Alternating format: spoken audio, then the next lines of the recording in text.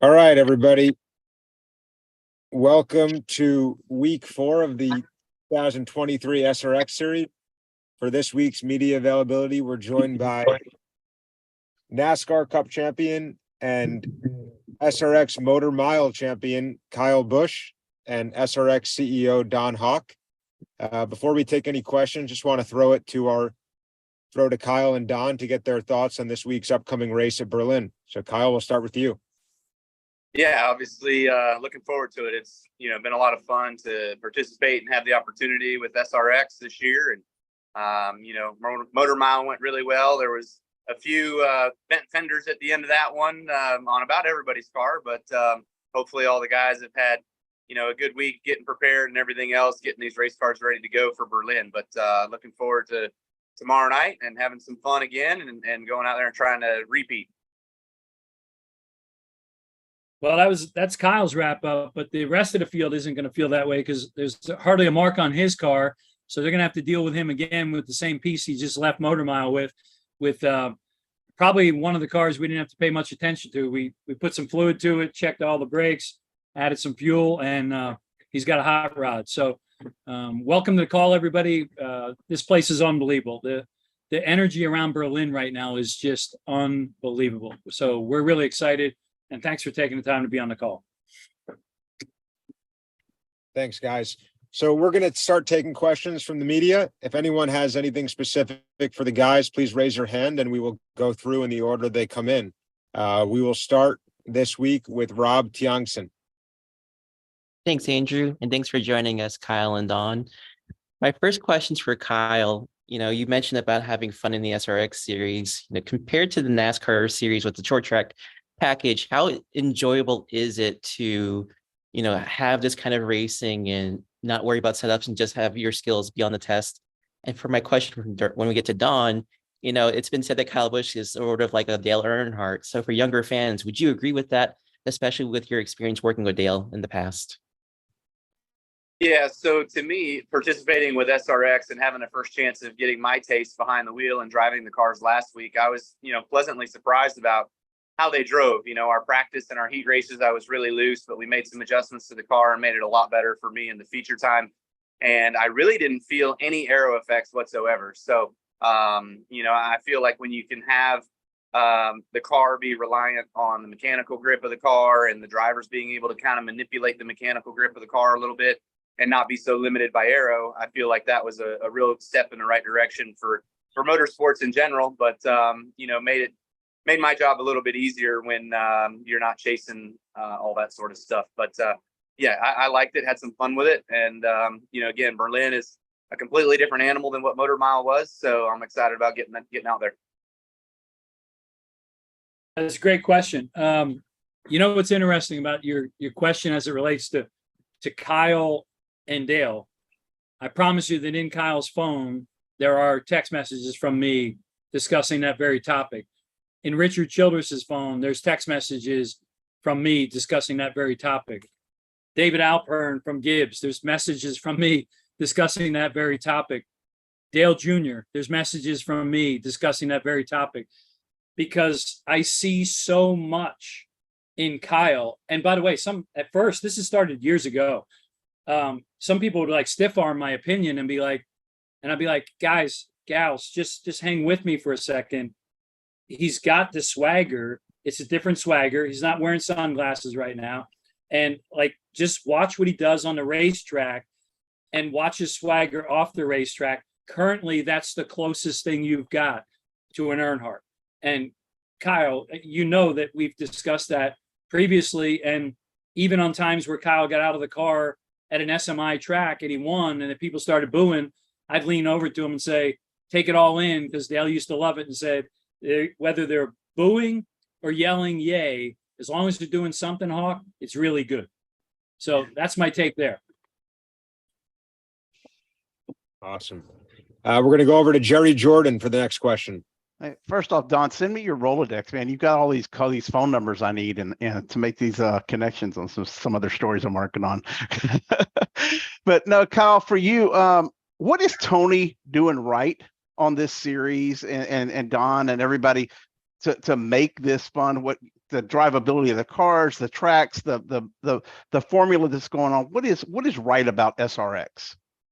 Actually, I feel like they all put a lot of really good thought into it, and I feel like all of it is really good. The cars are kind of unique. They, could the cars be a little bit different or a little bit better? Maybe, but the concept of the car is very good.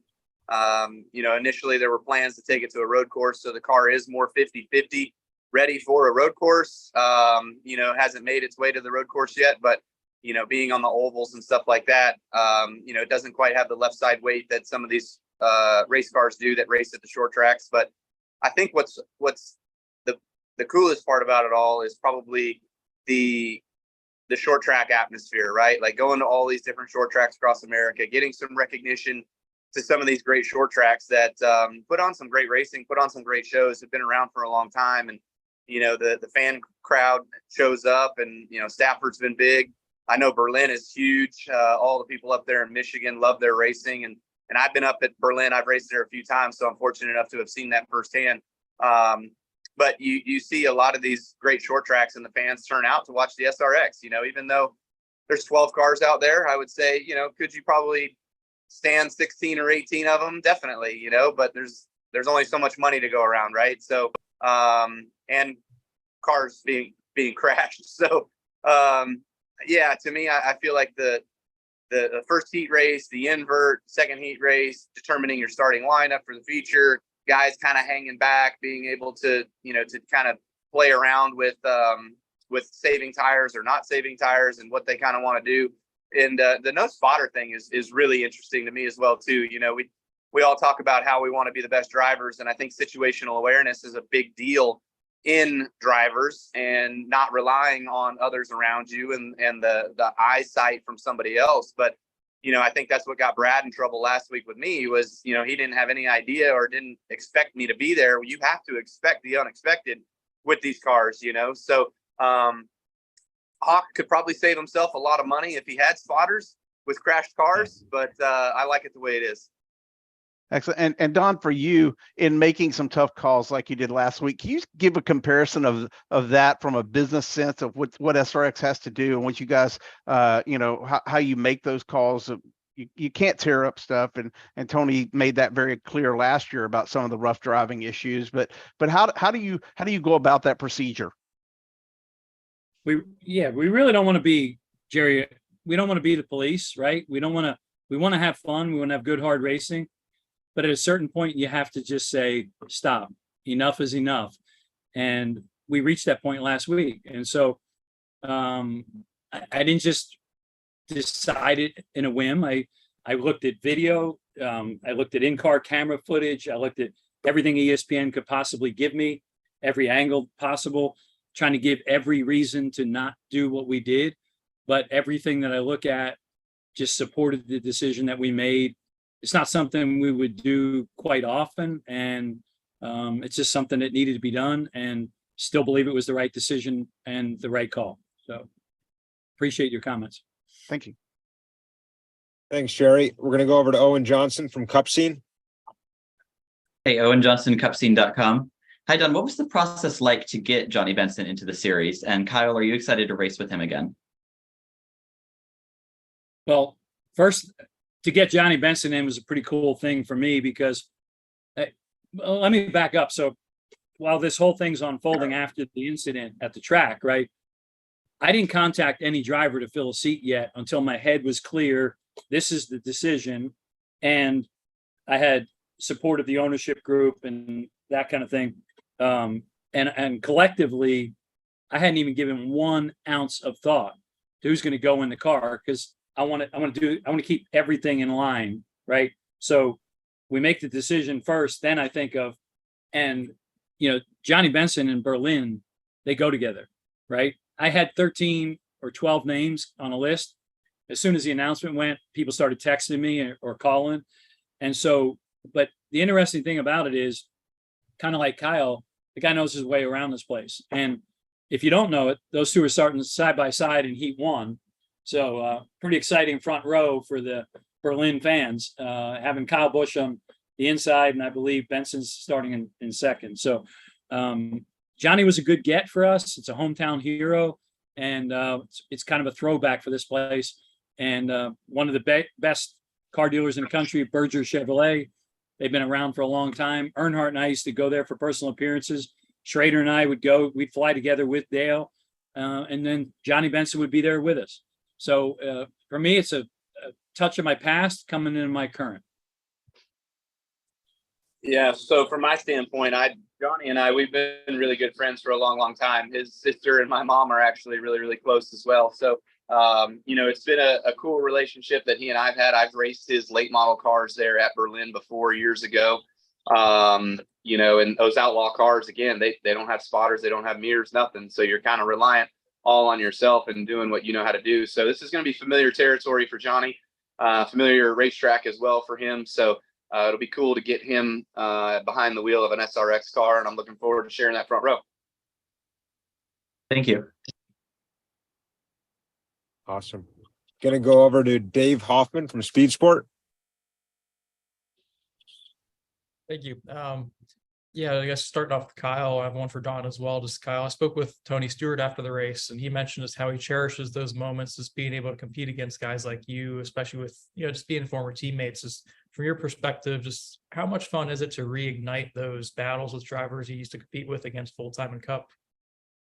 Yeah, it's fun. I mean, I think that getting back behind the wheel with Bobby Labonte and Tony Stewart and some of those guys from the Cup Series, as well as new guys I've never raced with before, like the IndyCar guys. And then I think Caps is coming in a couple weeks. I won't get a chance to race against a drag racer, but it's just neat to have the different backgrounds of all these drivers and the camaraderie and everything else of where they come from and how they race and trying to beat them and doing a good job of being able to beat them. So Tony's a great racer himself. He's won IndyCar championships, stock car championships, and now he's chasing an NHRA championship, so the guy's well versed and knows what he's doing, and it's a lot of fun to reignite some of that, to race with him. I'm glad I was able to beat him the first time out. I'm sure he wasn't all that thrilled about it, but he does enjoy his SRX and everything else with the series, and so he's putting on a good show.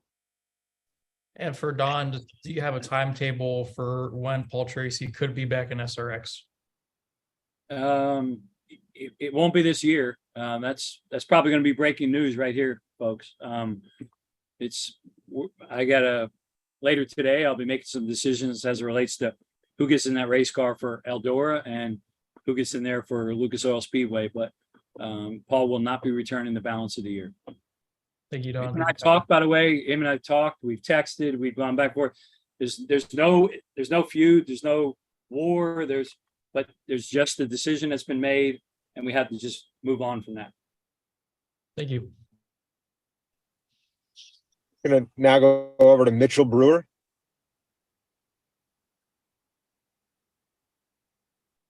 My question is for Kyle. Kyle, you touched on it earlier. You're a guy that has competed at many tracks across the country. With that in mind, how important is something like SRX to give these short tracks a platform and to be televised on ESPN, maybe introducing these tracks to a new audience that maybe haven't seen these places before?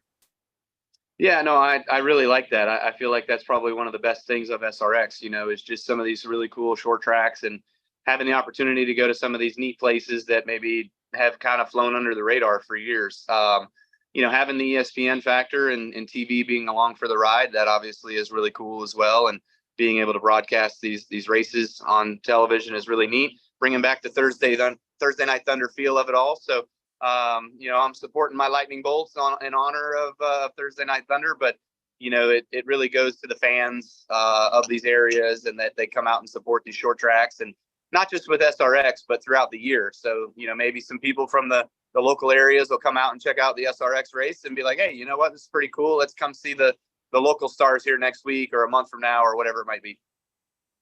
Thank you. Ali Ross.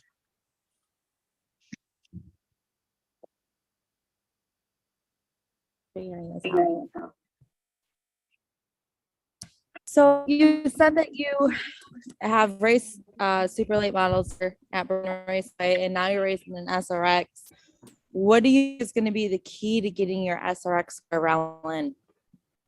Yeah, to me, it's going to be about learning what the car can do. The cars that I've raced at Berlin before are vastly different than these things, you know. So at least having a heads up of how the track likes to be raced is a good starting point. But then figuring out how to apply the driving techniques of the other cars to this car and making my way around the speedway to make the most speed and to be the fastest, you know. So that's going to be the biggest thing. You know, how do you attack the throttle? How hard do you push the tires? You know, how much do you take care of the brakes? All those sorts of things. This is a really round sweeping racetrack, so brakes isn't really going to be that important, but the tires is going to be the biggest thing. It's an old wore out surface. And it's only gotten worse since the last time you were here. You won. You won.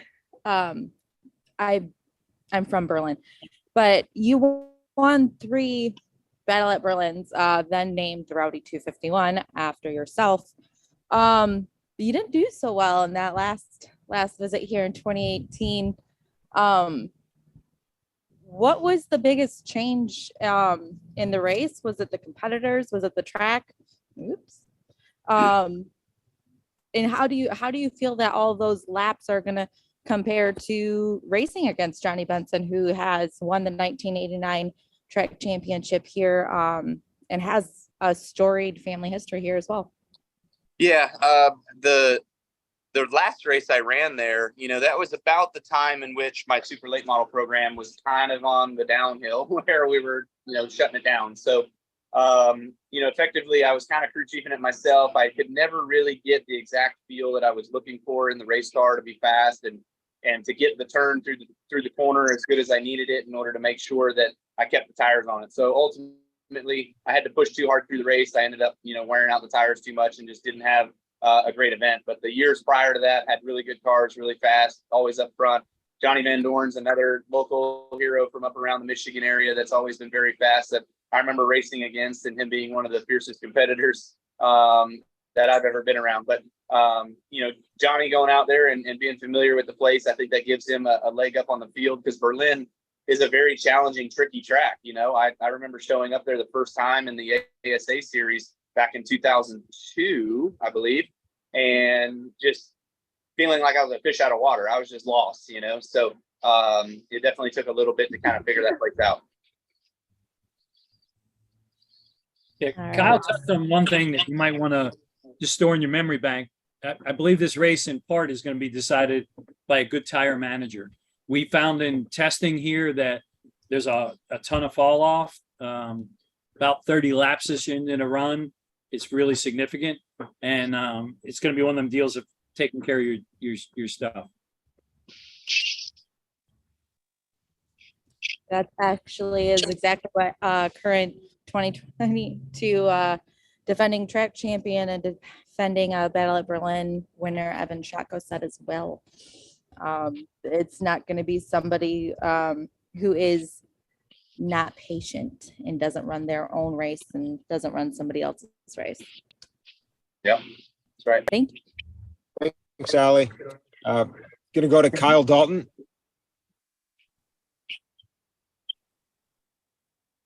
Hey, Kyle. So I'm just curious, you talked recently about retirements, and I'm just wondering, in retirement, have you thought, would it possibly be a scenario where you would go and race full-time in SRX? Is that something that you would be interested in doing? And for Don, I'm sure that Kyle would be a big get for you to have race for a full-time schedule. What is the thought as far as the maximum number of drivers that you would have in SRX? Once you get some regulars like Kyle and all these others, what is the max? Yeah, so for me, yes, I wouldn't mind racing SRX upon, you know, not being in NASCAR. The NASCAR schedule is pretty demanding in itself, so I was only able to kind of fit in these 2 races that made sense for me and my family and everything. So I appreciate Hawk allowing me to be able to just participate in a couple. I would love to do the full schedule someday. That would be pretty awesome. That's probably another 7 or 8 years out, so we're all going to be a lot older by then. But, you know, never say never. I will say this. That's a great question. And see this pen? It's ready to sign him right now. And remember what Kyle Busch said. Maybe we should expand the field. If he wants to race 6, we'll add a brand new car. Fair enough. All right? Thanks, Kyle. Thanks, Kyle. Now we're going to go to Matt Weaver. Thanks for taking some time today, Kyle. You guys were talking about the Rowdy 251, the Battle at Berlin. Now, what was kind of the origins of that race? And that place has actually changed a good bit since you've been there in terms of like the hospitality area, the bar and grill in Turn 4, and how excited are you to see how that place has kind of grown since the last time you were there? Yeah, I am excited about getting back there. You know, like I said, those fans up there, they love their short track race and they love Berlin. And I remember the last couple of years that I was there, I think it was the party deck that was built in turns 1 and 2 overlooking the area over there was also pretty cool that they built that out over there. And so it's just a cool track, and they've had some really good ideas over the years. You know, how it started with myself and Berlin with Michael Blackmer and the group that owned it prior. You know, they were really, really cool and very gracious of bringing me up there for those couple of years and having it the Rowdy 251. You know, that was probably the pinnacle time of my super late model team and everything else, and how competitive we were everywhere we went.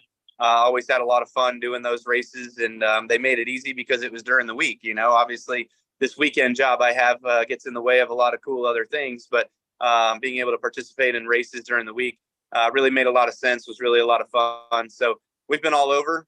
You know, another track Hawk can probably look at that would love to put on an SRX race maybe down the road. I'm spitballing an idea here, but that WIR Raceway up in Wisconsin, where the guys just raced last night, is a really, really awesome, cool, fun, weird racetrack. That another one of those that's kind of a gem and a diamond that could really, you know, use SRX. And then for Hawk, Hawk. I said duly noted. Yeah, and then for Hawk, I mean, I took kind of a temperature check of the fan base last week, and the one consensus, which naturally my audience, a lot of short track fans, had the response of, it's like, man, we missed the local ringer. And I know you've got a lot of people blowing up your phone, Cup guys, IndyCar guys, NHRA guys. So there's only so many cars to go around. But to that kind of hardcore short track fan who says, hey, we missed the local ringer, is that something that's still in consideration? Is that a possibility with this, you know, car you have open now the final 2 weeks? What is kind of your thought process on that? Actually, that was partially, he's not a local ringer, but he's a local hero, right? That's part of what was in my head with Johnny Benson. And literally in the last couple hours in my head, I've got 2 phone calls I'm going to make. One of those 2 phone calls is literally what you would classify a hometown hero to race Eldora or Lucas Oil Speedway or both. So can't quite give you that information yet, but you're barking up the right tree, and I think it'll be a fan favorite. Thank y'all. Thank you.